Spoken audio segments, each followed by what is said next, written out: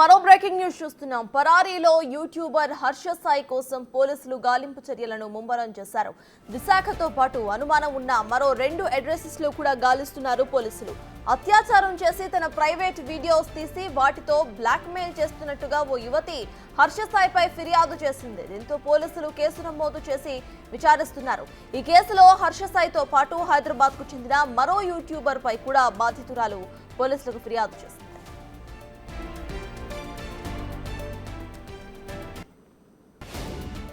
అత్యాచార కేసుతో పాటు డబ్బు తీసుకున్నాడని కూడా ఆమె కంప్లైంట్ చేసింది. పెళ్లి చేసుకుంటారని నమ్మించి 2 కోట్ల రూపాయలు తీసుకొని మోసం చేశాడని బాధితురాల ఆరోపణ. అయితే అడ్వకేట్ తో కలిసి నార్సింగ్ పోలీస్ స్టేషన్ లో ఫిర్యాదు చేసింది ఆమె. హర్ష తండ్రి రాధాకృష్ణపై కూడా కేసు పెట్టింది. బాధితురాలు ఫిర్యాదుతో అతనిపై పలు సెక్షన్స్ కింద కేసు నమోదు చేశారు పోలీసులు.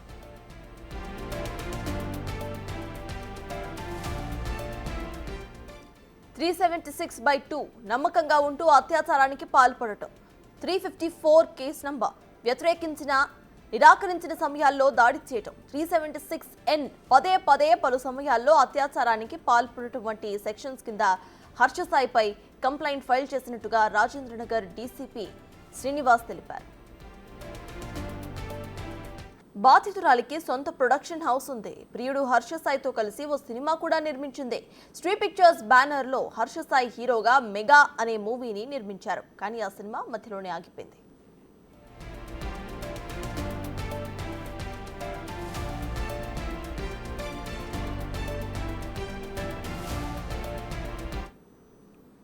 ఇప్పటికే కేసుకు సంబంధించిన పూర్తి అప్డేట్స్ ను నార్సింగ్ పోలీస్ స్టేషన్ నుండి మా ప్రతినిధి రాణా లైవ్ లో అందించడానికి సిద్ధంగా ఉన్నారు. రాణా, చెప్పండి, ప్రెసెంట్ అక్కడ అప్డేట్స్ ఏంటి? పరారీలో ఉన్నట్టు తెలుస్తుంది హర్ష సాయి. ఆయనను పట్టుకోవడానికి ఎటువంటి చర్యలు తీసుకుంటున్నారు?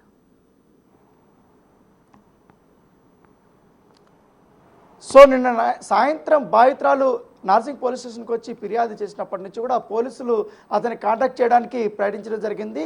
బాధితురాల నుంచి కూడా స్టేట్మెంట్ రికార్డు చేయడంతో పాటు ఆమెను వైద్య పరీక్షల కోసం కొండాపూర్లో ఉన్నటువంటి హాస్పిటల్ కూడా తీసుకెళ్లారు. అవన్నీ అయిపోయిన తర్వాత ఆమెకు మీ దగ్గర ఉన్నటువంటి ఎవిడెన్స్లు ఎంతవరకు ఉన్నాయన్న దానిపై కూడా ఇవ్వాలంటూ పోలీసులు కోరినట్టుగా మనకు తెలుస్తుంది.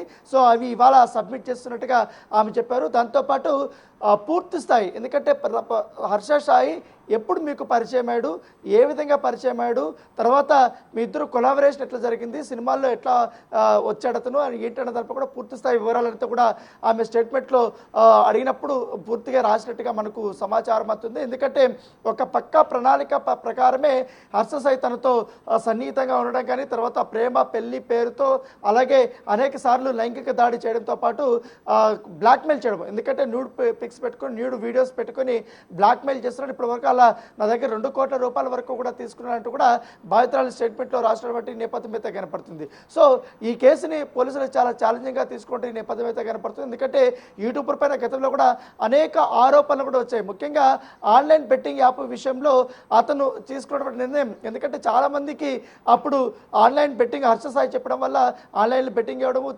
చాలామంది లక్షలాది రూపాయలు కూడా కోల్పోయినటువంటి సందర్భం అయితే కనపడుతుంది. దాంతోపాటు ఎప్పుడైతే హర్ష సాయికి సంబంధించిన విషయం ఆన్లైన్ బెట్టింగ్ యాప్ బయటకు వచ్చిందో, కాంట్రవర్సీగా మారిందో, అప్పుడే ఎవరైతే బాధితురాలు కూడా తనకు సంబంధించిన ఇన్స్టా అకౌంట్లను, తనకు సంబంధించిన యూట్యూబ్ అకౌంట్లను సేమ్ హర్ష సాయి ఏ విధంగా బాధితుల దగ్గరికి వెళ్ళి లేకపోతే పేదవారి దగ్గరికి వెళ్ళి వారి యొక్క కష్ట సుఖాలను తెలుసుకొని వారికి ఉన్నటువంటి అత్యంత అవసరమైన పరిస్థితులు ఏంటో తెలుసుకొని వారికి డబ్బులు ఇవ్వడం ఇవన్నీ చేస్తారు. సేమ్ అట్లనే ఆన్లైన్ బెట్టింగ్ వల్ల మోసపోయినటువంటి డబ్బులు పోగొట్టుకున్నటువంటి వారికి అందరికీ కూడా సేమ్ బాధితురాలు కూడా వెళ్ళి వాళ్ళ దగ్గరికి ఇలాంటి మోసపోద్దండి అనేసి మీకు నేను హెల్ప్ చేస్తానంటూ కూడా ఆమె కూడా సేమ్ రీతిలో వీడియో చేసినటువంటి నేపథ్యం అయితే కనపడితే అప్పట్లో పెద్ద కాంట్రవర్సీ నడిచినటువంటి నేపథ్యం. ఎందుకంటే వీళ్ళిద్దరూ కలిసి ఒక సినిమాను కూడా నిర్మించారు. ఎందుకంటే దానికి ఒక ప్రొడ్యూసర్గా కూడా విక్టిమ్ ఉంది. సో ఆ సినిమాకు కూడా భారీ స్థాయిలో కూడా ఖర్చు పెట్టినట్టు నేపథ్యం కనపడుతుంది. ఎందుకంటే విఎఫ్ఎక్స్ కానీ ఇతర వ్యవహారాలకు కూడా భారీగా డబ్బు ఖర్చు అయినట్టుగా మనకు సమాచారం అవుతుంది. మధ్యలో ఈ హర్ష సాయి వ్యవహార శైలి వల్ల, అతను చేస్తున్నటువంటి ఇబ్బందుల వల్ల, అతను చేస్తున్నటువంటి బ్లాక్మెయిల్ వల్ల ఆ సినిమా మధ్యలో ఆగిపోయినట్టుగా మనకు సమాచారం ఉంది. దాంతోపాటు ఇక పెళ్లికి కూడా ఒప్పుకున్నట్టుగా తెలిసింది, వాళ్ళ పేరెంట్స్ కూడా పెళ్లికి ఒప్పుకున్నట్టుగా తెలిసింది. దీనికి అతనికి కూడా హర్ష సాయి తండ్రి ఎవరైతే రాధాకృష్ణ ఉన్నాడో తను కూడా మద్దతు ఇచ్చాడు. పెళ్లి కూడా డేట్ కూడా ఫిక్స్ చేశాడు. సడన్గా చూస్తే ఈ రకంగా బెదిరింపులు చేస్తే ఆ బెదిరింపులు తీవ్ర స్థాయికి చేరుకోవడంతో నేను పోలీస్ స్టేషన్కి గడప తొక్కానంటూ కూడా బాధితురాలు చెప్పినటువంటి నేపథ్యం అయితే కనపడుతుంది. సో హర్ష సాయి గురించి ప్రత్యేక చెప్పాల్సిన అవసరం లేదు. గతంలో ఎప్పుడైతే అతను పేదలకి హెల్ప్ చేస్తానని చెప్పకముందు ఫస్ట్ స్టార్టింగ్లో అతను జిమ్కి సంబంధించినటువంటి వీడియోలు చేయడము, తర్వాత అమ్మాయిల్ని ఎలా పడేయాలనే దానిపై కొన్ని వీడియోలు చేయడము, తర్వాత సెక్స్ సంబంధించినటువంటి వ్యవహారాలు ఎట్లా చేయాలనే దానిపై కూడా అతను ఫిట్నెస్ ఎట్లుండాలి ఎలా చేయాలనే దానిపై కూడా కొన్ని వీడియోలు చేస్తాడు. ఇప్పుడు ఆ వీడియోలన్నీ కూడా ప్రైవేట్లో పెట్టినటువంటి నేపథ్యం ఏర్పడుతుంది. కేవలం ఎప్పుడైతే అతనికి ఫేమ్ వచ్చిందో డబ్బులు పైకి ఎదలజల్లడం కానీ, లేకపోతే పేదవాళ్ళకి వాళ్ళకి కావాల్సినటువంటి నీడి ఫ్రిడ్జ్లు కానీ, తర్వాత కొంతమందికి ఇండ్లు కట్టించడము, తర్వాత షాప్స్లు పెట్టించడము, తర్వాత ఆర్థికంగా ఆదుకోవడము, అక్కడ కూరగాయల బండిలు కానీ లేకపోతే ఎవరైనా చిన్న చిన్న వ్యాపారాలు చేసేటువంటి వారందరూ కూడా ఇబ్బందుల్లో ఉంటే వాళ్ళకి హెల్ప్ చేయడము, ఇవన్నీ చేయడము. తర్వాత ఒక ముంబైలో ఒక పిజ్జా సెంటర్ దగ్గర ముగ్గురు చిన్నపిల్లలు లోపలికి వెళ్ళడానికి వాళ్ళు వెళ్ళినప్పుడు వాళ్ళు బయటకు పంపించడము, పిజ్జా కోసం ఎదురు చూస్తున్నప్పుడు ఈయన వాళ్ళని కాంటాక్ట్ అయ్యి వాళ్ళకి పిజ్జా పిచ్చి వాళ్ళని ఇక్కడ ఫలక్నుమాకి తీసుకొచ్చి పెద్ద ఎత్తున కూడా హంగామా చేసినటువంటి నేపథ్యం పడుతుంది. సో ఇవంతా కూడా సోషల్ మీడియాలో కనపడేటువంటి తతంగం అంతా ఒకవైపు వ్యక్తిగత వ్యవహారానికి వ్యక్తిగత విషయాలకు వస్తే మాత్రం టోటల్ ఏదైతే హర్ష సాయికి సంబంధించిన విషయాలన్నీ కూడా చాలా బయటపడతాయనేసి కూడా చాలా సన్నిహితులే చెప్తున్నటువంటి నేపథ్యం కనపడుతుంది. ఎందుకంటే అతను చెప్పే మాటలకి అతను చేసే వ్యవహారానికి చాలా వరకు కూడా తేడాలు ఉంటాయనేసి కూడా వారి సన్నిహితులు చెప్పినటువంటి నేపథ్యం పడుతుంది. సో దాంతోపాటు మాయ మాటలు చెప్పి చాలా వరకు కూడా అతను అత్యాచారాలు పలుమార్లు చేశారనేది కూడా బాధితురాలు ఆరోపించిన నేపథ్యంలో వారికి సంబంధించిన ఫొటోస్ కానీ, గతంలో వాళ్ళు దిగినటువంటి వారు మాట్లాడుకున్న చాట్స్ కానీ, అతను ఏ విధంగా ఫోన్ కాల్స్లో మాట్లాడి అవన్నీ కూడా రికార్డింగ్స్ అన్నీ కూడా నా దగ్గర ఉన్నాయని కూడా బాధితురాలు చెప్తుంది. నిన్న ఎప్పుడైతే నార్సింగ్ పోలీస్ స్టేషన్ దగ్గరకు వచ్చి ఈ యొక్క తన లాయర్తో కలుపుకొని అనేక విషయాలు కూడా మహిళా ఎస్ఐతో కూడా ఆమె చెప్పినటువంటి నేపథ్యం కనపడుతుంది.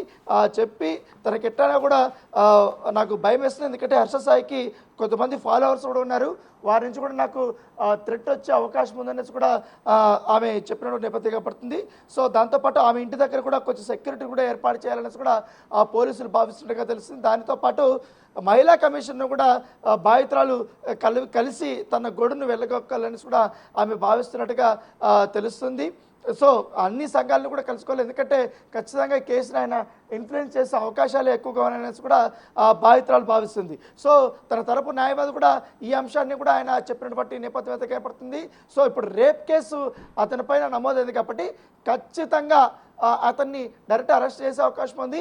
సో ఇవాళ అరెస్ట్ చేస్తారా, రేపు అరెస్ట్ చేస్తారా అనేది కూడా ఒక ఆసక్తికరమైన పరిణామం. ఎందుకంటే ఇప్పటివరకు అతని లొకేషన్ అనేది ఆ పోలీసులకి దొరకలేదు, వాళ్ళ ఫాదర్కి సంబంధించినటువంటి లొకేషన్ కూడా ఇప్పటివరకు దొరకలేదు. ఎందుకంటే హర్ష సాయిది వైజాగ్ కాబట్టి, వైజాగ్లోని ఒక ప్రాంతంలో అతను ఉంటారు కాబట్టి అతను ఖచ్చితంగా వైజాగ్లో లేడు, ఇప్పుడు హైదరాబాద్లో లేదు, వేరే ప్రాంతానికి పారిపోయి ఉంటాడు అనేది కూడా పోలీసులు భావిస్తున్నారు. సేమ్ జానీ మాస్టర్ని ఏ రకంగా అయితే వెతికి పట్టుకున్నారో హర్ష సాయిని కూడా ఇమీడియట్గా వెతికి పట్టుకుంటామనేసి కూడా ఆ పోలీసులు చెప్తున్నటువంటి పరిస్థితి.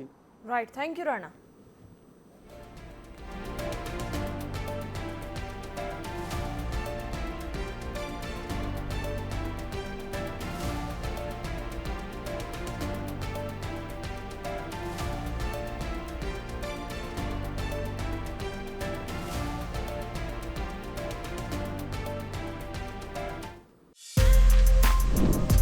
For more videos like this, subscribe Big TV channel.